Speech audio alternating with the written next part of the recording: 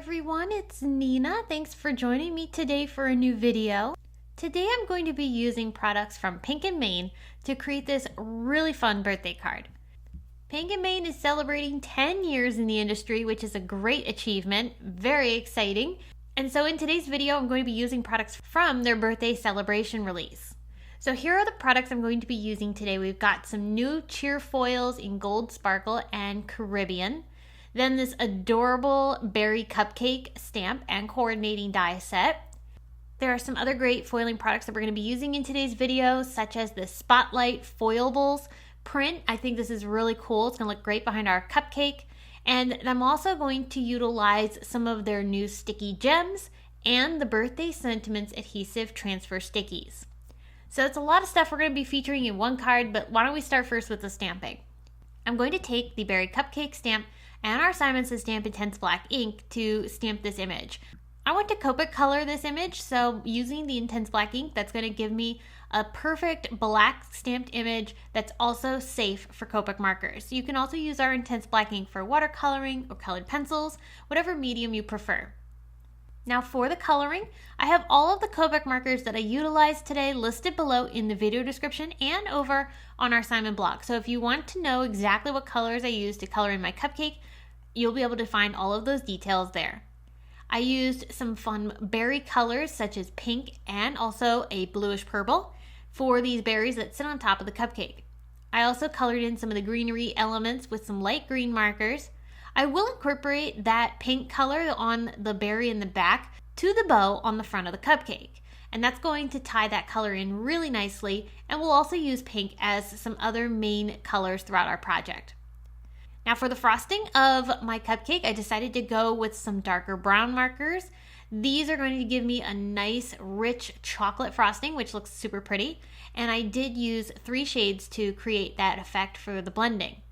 I also used a very light set of brown markers to add some shading to the cake of the cupcake as well. Finally, inspired by the CheerFoil we're going to be using in our card, I picked out a minty color for the wrapper of the cupcake. I thought that would tie really nicely together with that foil color. After coloring, I did bring in a white gel pen, and I'm going to use that to add just some highlight areas here and there across my image that just gives it a little bit more of a whimsical touch and also accentuates the coloring. So now I'm going to take the coordinating die and I will line this up over top of my cupcake and hold it down with some very, very low tack tape prior to running this through my die cut machine, just so that way it won't shift as I work on die cutting this image.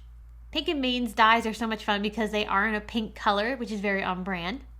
After I've die cut my image, we're ready to work on our background.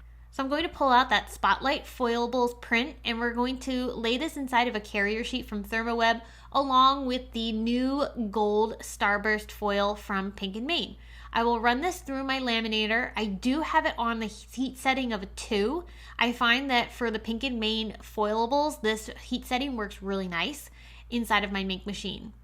Other machines, you may find that you need to bump it up to a 3, but always play around with it and see what gives you your best results. Check out that foil, which looks so good on top of this print.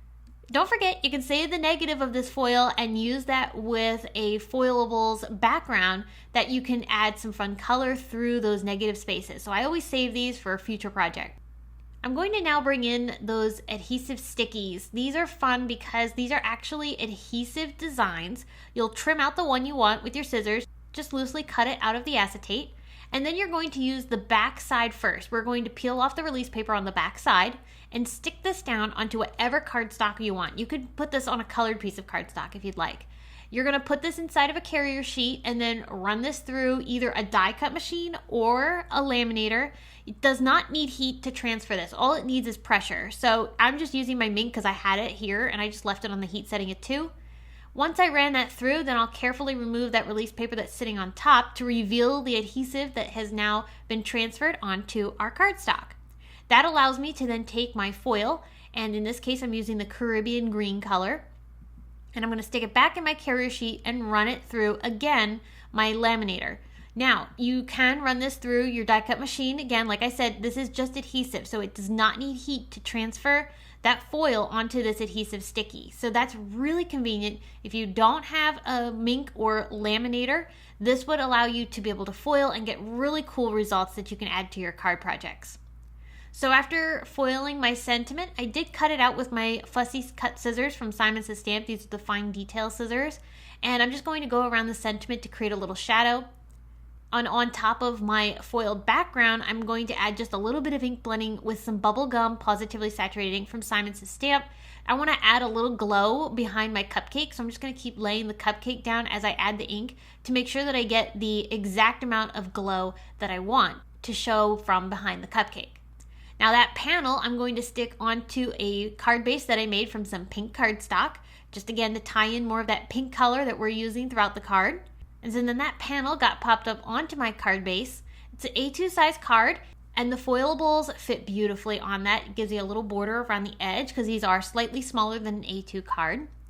I added my cupcake down along the center of the card, and then my greeting I'm going to glue down with just a little bit of liquid glue, which is our Simon's Stamp Craft Tacky adhesive, and that's going to allow me to glue the sentiment along the bottom at a slight angle. This card is super cute, but you can't have a celebratory card without some sparkle, so I'm going to pull out these gem stickers from the Pink and Main collection, and I picked out the pink and green gems to add onto my card project. So check it out, all that sparkle and shine from the foiling that we've added here makes this card stand out so beautifully. I just love the result, and I love how easy it was to create these beautiful effects simply by using the adhesive stickies and also the Foilables panels. All of the products that I'm using today, including the stamps, the foiling products, and more, are all listed below in the video description, so if you're interested in anything I've mentioned today, you can find it all there. I hope you were inspired by today's project. Thank you so much for coming by and spending time with me today. I'll be back soon to share more with you all, but until then, I hope you have a very bright and happy day.